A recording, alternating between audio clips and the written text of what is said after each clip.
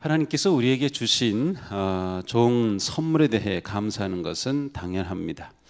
남다른 건강을 주셨다든지 승진했다든지 또 집을 장만하게 되었다든지 또 많이 돈을 벌게 되었다든지 또 원하던 학교에 진학하게 되었다든지 이러한 것들은 우리가 하나님께서 주신 놀라운 은혜와 복으로 생각하고 또 감사합니다. 또 자연스럽습니다. 그러나 이것은 또 한편 생각해 보면 또 누구라도 이러한 것에 대해서는 또 다 감사하는 그런 마음을 가질 수 있습니다. 그러나 하나님이 주시는 은혜와 복은 아주 특별하게 우리에게 다가오기도 합니다. 사실 이러한 특별한 복은 우리가 감사할 수 있는 일이 대체로 아니고 감사할 수도 없는 일들이 많이 있습니다. 오히려 우리는 이것들을 피하려고 합니다. 그러나 이 특별한 복은 우리에게 하나님의 거룩한 뜻과 거룩한 가치를 심어주고 깨닫게 해주는 것입니다. 가치는 매우 중요합니다. 왜냐하면 어떤 가치를 가지고 있느냐에 따라서 똑같은 상황이지만 그 상황에서도 감사할 수 있고 기뻐할 수 있는가 하면 똑같은 상황에서도 불평하고 원망하게 되기도 합니다. 그 모든 것은 우리가 가지고 있는 가치에 따라 결정되는 것이죠. 진정한 기쁨, 진정한 행복은 바른 가치에서 옵니다. 우리에게 진정한 복이라고 하면 그것은 하나님이 우리와 함께 하는 것이죠.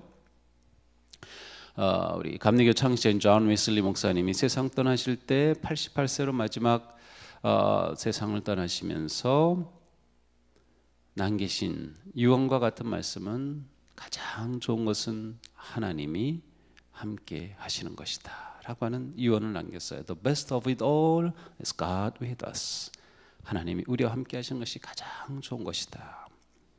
진정으로 하나님이 우리와 함께 하시는 것, 그것이 우리에게는 참된 복입니다. 우리가 하나님과 친밀하고 가까이 지내는 것, 하나님이 우리의 전부가 되시는 것, 우리가 오직 그분만으로 인하여서 만족할 수 있는 것, 그분의 부르심에 응답하며 그분께 순종하는 삶을 살아가는 것, 이것이 우리에게 놀라운 복이 되는 것이죠. 하나님 자신이 곧 복의 근원이시며 복이시기 때문에 그렇습니다. 그래서 우리 하나님은 우리가 하나님의 마음, 곧 하나님의 가치를 우리의 가치로 삼으시도록, 그래서 우리가 진정한 복을 누리도록 특별한 방법을 사용하십니다. 제가 바로 전에 아주 특별한 복이 있는데 이것은 사람들이 원치 않고 우리도 원치 않고 피하고자 하는 것이라고 했습니다.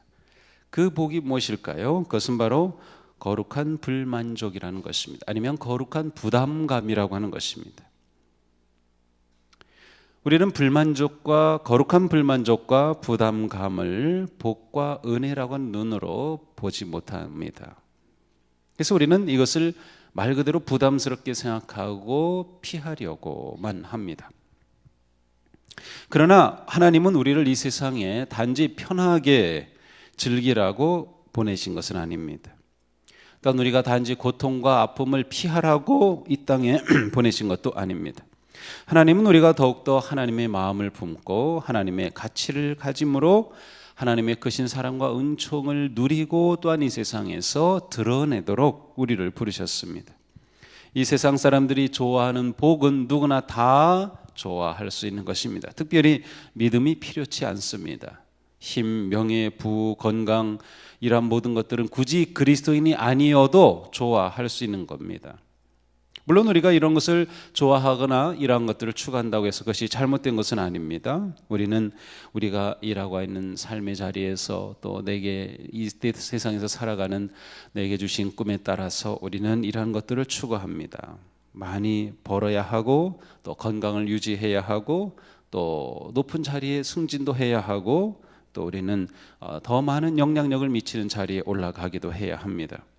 그러나 우리가 진정으로 보람되고 의미 있는 삶은 그것에만 있지 않다. 한편으로는 그것보다 더 큰 의미가 다른 곳에 있다. 그것은 곧 우리가 부담스럽게 느끼는 그 일들입니다.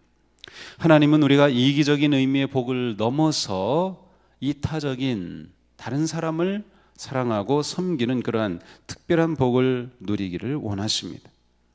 진정한 복은 오히려 이러한 것들에 있습니다. 하나님을 닮아 사람들을 사랑하는 것, 자신을 아끼지 않고 내어주고 희생할 수 있는 삶, 오직 하나님 안에 거하는 삶. 또한 우리는 아무런 대가를 바라지 않고 사랑하고 사랑을 전하고 또 모든 일에서 하나님을 기쁘시게 하는 삶을 사는 것. 이러한 것들이야말로 우리 인생에 진정으로 기쁨과 가치와 의미를 주는 것들입니다. 자, 그런데 이러한 것은 특별히 거룩한 부담감, 거룩한 불만족을 통해 우리에게 다가오고 또한 우리가 이것을 발견할 수 있다고 하는 것입니다.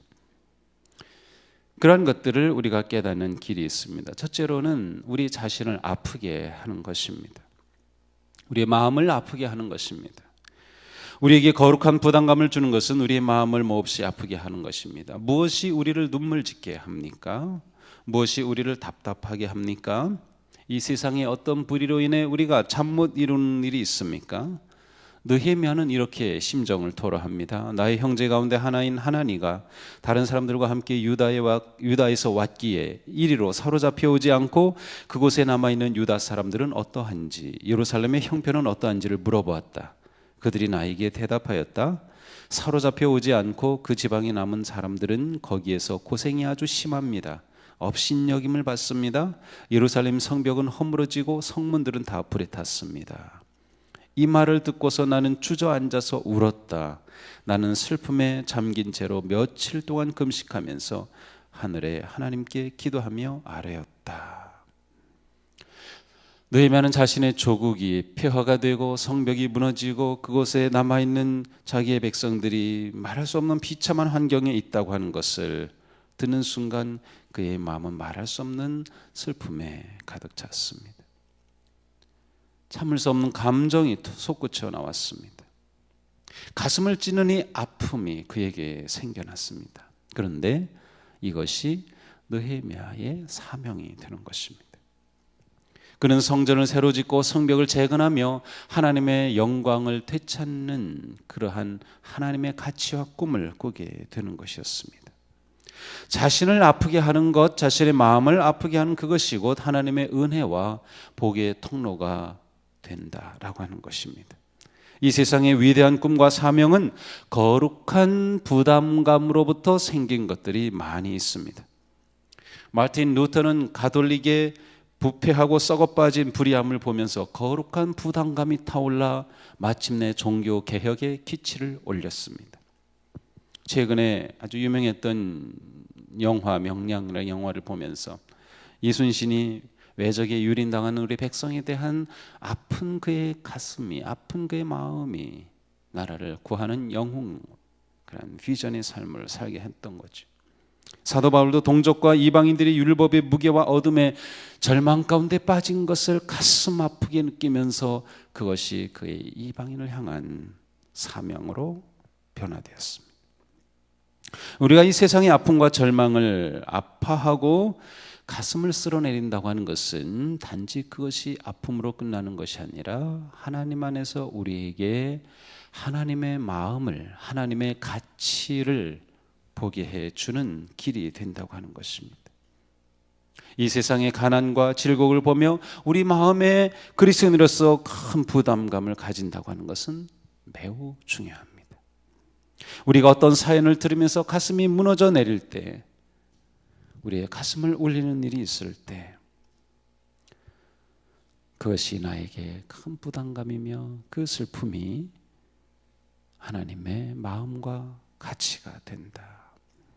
어떤 사람은 미혼모를 보며 그런 마음을 가집니다. 어떤 사람은 불치에 걸린 사람, 병에 걸린 사람을 보며 그런 마음을 가지죠. 어떤 사람은 버려진 고아들을 보며 그런 마음을 가지죠. 어떤 사람들은 외국에 버려진 빈민가의 모습을 보면서 그런 마음을 가집니다. 우리의 마음을 아프게 하는 것에 하나님의 거룩한 가치가 숨어 있다. 두 번째로 우리 자신을 분노하게 만드는 것들입니다. 우리에게 거룩한 부담감을 주는 또 다른 것은 바로 우리를 화나게 만드는 것이죠. 이런 분노는 대체적으로 사회의 불의와 사악함과 무지함과 무능함에 대한 우리의 감정적인 반응입니다. 구약의 예레미야, 느헤미야 같은 분들은 상하고 아픈 마음의 사람들이었다고 하면, 모세 같은 경우는 온유함의 가장 위대한 사람이었지만 놀랍게도 그는 분노의 사람이었습니다. 그는 이집트에서 자랐지만 자기가 유대인이라고 하는 그 정체성을 가지고 있었기 때문에 이집트의 노예가 되어서 이집트인으로부터 폭력을 당하는 것을 참을 수 없습니다. 분노가 일어나서 그는 그 이집트 사람을 쳐 죽였습니다. 물론 그 방법은 옳지 않았지만 모세에게 일어난 그 분노는 하나님께서 그를 광야로 보내시고 훈련하시고 하나님의 위대한 지도자로 세우시는 출발점이었습니다. 민족을 향한 거룩한 분노가 하나님이 부르시는 가치와 사명의 길로 들어가게 한 것이죠. 마침내 모세가 이집트를 탈출하여 이스라엘 백성들을 이끌고 광야에 나가 시내산에서 말씀을 받았을 때에도 그는 분노했습니다. 그가 하나님의 말씀을 받는 동안 이스라엘 백성들은 그새 하나님을 버리고 이집트로 돌아가자고 하며 우상을 만들고 섬기고 있었기 때문에 그에게는 또 분노가 일어났어요. 그래서 그는 분노 때문에 하나님이 새겨 주신 그 십계명의 돌판을 던져버렸죠.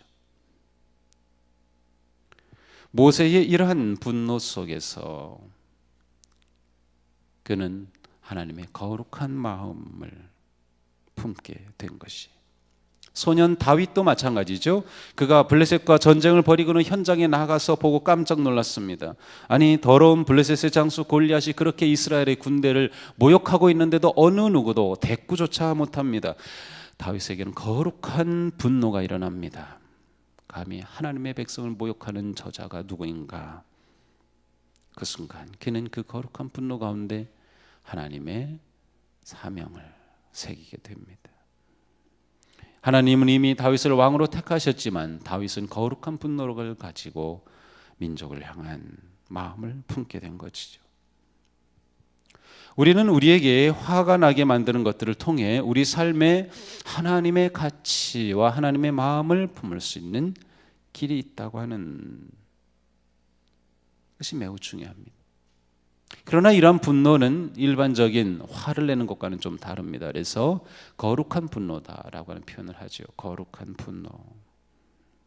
우리 가운데 거룩한 분노가 일어난다고 하면 그것을 피하지 말고 그 속에 부르시는 하나님의 음성을 듣는 것이 중요합니다. 마더 테레사는 이런 말을 했습니다. 쓰레기를 보면 속에서 화가 솟구친다. 화를 내기 싫어도 어쩔 수 없다. 그런 쓰레기를 보면서 거룩한 분노가 일어났습니다. 그런 칼카타에 있는 쓰레기 더미에 버려진 아이들을 보고 그 아이들을 위한 고아원을 만들면서 거룩한 삶을 살게 된 것이죠.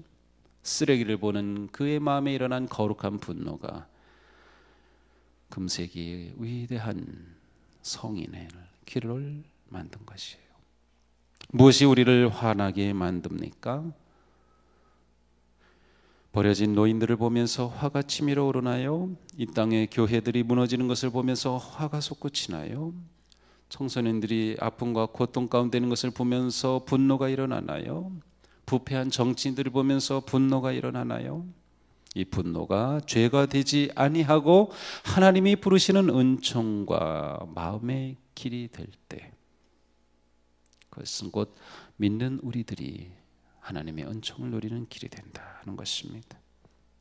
종종 하나님의 가치, 하나님의 마음은 이러한 분노를 통하여 우리 가운데 다가오기 때문이죠.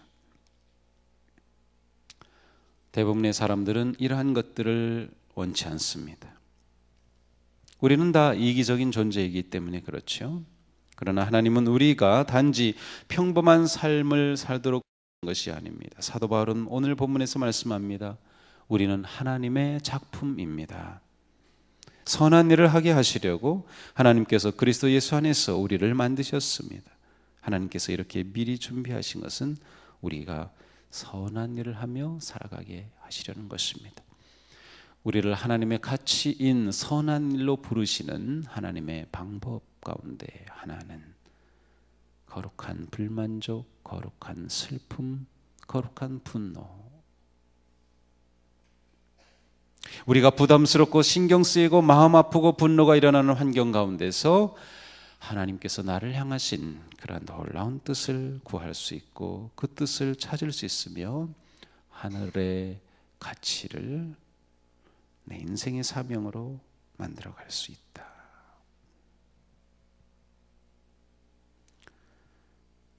우리가 조금만 우리의 눈을 바꾸어 이와 같이 보기 시작한다면 우리의 삶은 거룩한 구별된 삶으로 나갈 겁니다. 거룩한 삶은 구별된 생각, 구별된 가치, 그리고 구별된 마음으로부터 나오기 때문이죠. 무엇이 여러분의 마음을 슬프게 합니까? 무엇이 여러분을 분노하게 합니까? 무엇이 여러분의 마음을 흔들며 잠을 설치게 합니까?